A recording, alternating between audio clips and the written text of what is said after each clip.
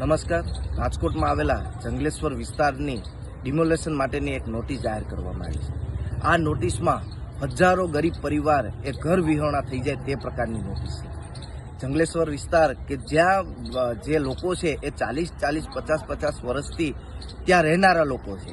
તેણે સરકારના વેરા ભર્યા છે, સરકારની લાઇટ બિલ ભરી છે, પણ ક્યાંક સરકારને અને કલેક્ટર વિભાગને એક વિકાસનું સપનું આવ્યું હોય, અને કેવું સપનું કે ગરીબ લોકોના ઘર ઉજાડી અને વિકાસ કરવાનું સપનું આવ્યું હોય, તો આ ગેરવ્યાજબી સપનું છે. અને અમે સરકારને વિનંતી કરીએ છીએ કે ત્યાં રહેનારા લોકો છે એ ગરીબ લોકો છે, ટકનું લાવી અને ટકનું ખાય છે. આવા લોકો ક્યાં પોતાનું નવું ઘર વસાવવા જવાના છે?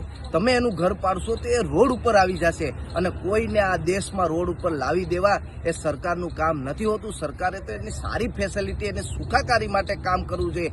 એના બદલે સરકાર આજે તેને ઘર વિહોણા કરવાનું કામ કરી રહી છે, તદ્દન ગેરવ્યાજબી છે.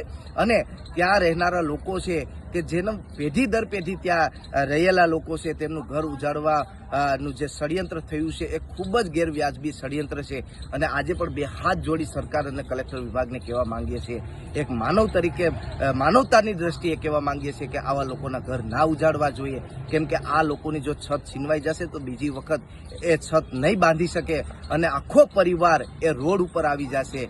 ત્યારે આપણે સાથે મળી અને આ ડિમોલેશનમાં એક વિનંતી સરકારને કરીએ કે સરકાર આમાં ફરી વિચારણા કરે અને આ લોકોના ઘર ના તોડે, એવી જ એક વિનંતી કરીએ છીએ.